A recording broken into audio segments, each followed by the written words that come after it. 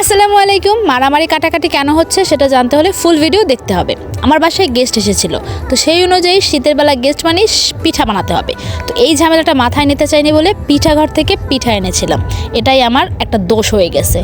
Imo এবং WhatsApp নাম্বারও আমি দিয়ে রাখলাম। এরপরে বলবা যে আপু তুমি যে আনছো, কেন আনছো এই ঘটনার জন্য।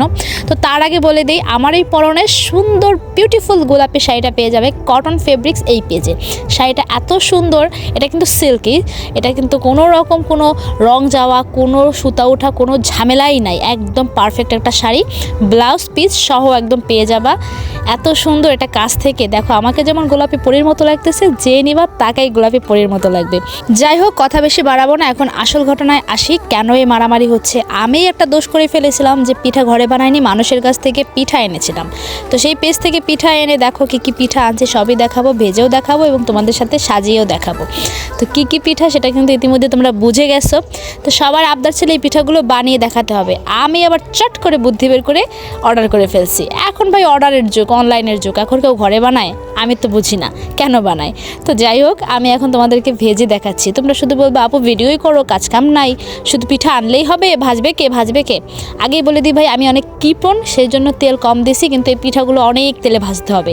আর পিঠাগুলো যেহেতু আমরা অনলাইনে আনি, সেই অনুযায়ী আনার পরে একটু রোদ দিতে হবে। রোদ দিলে পারফেক্টলিভাবে ফুলে উঠবে। কিন্তু আমার ঘরে অনেকগুলো খাদক আছে, তাদের একদমই হয় নাই সময় যে তারা রোদে দেবে আর শুকিয়ে নেবে তারপরে ভাজবে।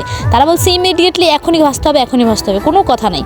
তো আমিও শুরু করে দিলাম ভাজাভাজি, কিন্তু পরে বুঝলাম এটা রোদ্রে দিলে বেশি পারফেক্টভাবে ভাজা হবে এবং সুন্দর একটি মানে ফুলে যাবে, একদম গালের মতো, টসটসে গালের মতো ফুলে যাবে যদি রোদ্রে দাও তারপরে ভাজো। আর অনেক তেলে ভাজতে হবে।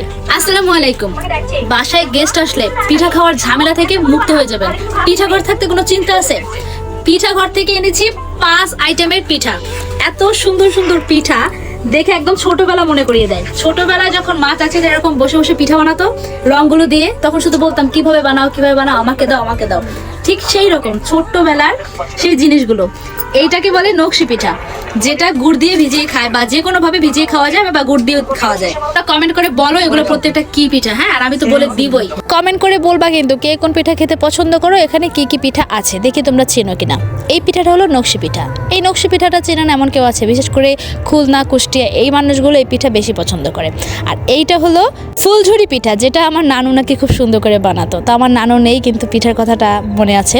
আর এটা হলো সিরিঞ্চের পিঠা। সিরিঞ্চের ভিতরে রং ভরে বা কীভাবে জানি করে বানায় সেই পিঠাটা ছোটোবেলায় খুব বানানোর চেষ্টা করতাম। এইটা হলো হাবিজাবি পিঠা। ভাই আমি এই পিঠাটার নাম জানি না, তোমরা আমাকে বলো এই পিঠাটার নাম কি। এটা হলো হাবিজাবি পিঠা, আফসোস কালারের। তা ওটা হলো সিরিঞ্জ পিঠা। আর এইটা হলো পয়সা পিঠা। পয়সার মতো গোল গোল বলে এগুলোর নাম আমি রেখেছি পয়সা পিঠা। তো তোমরা আমাকে বলো আমি পারফেক্টলি পিঠাগুলোর নাম বলতে পারছি কি পারি নাই। পিঠা এনেছিলাম ঝামেলা মুক্ত হওয়ার জন্য, কিন্তু এনে ভাই বেশি ঝামেলায় পড়ে গেছি।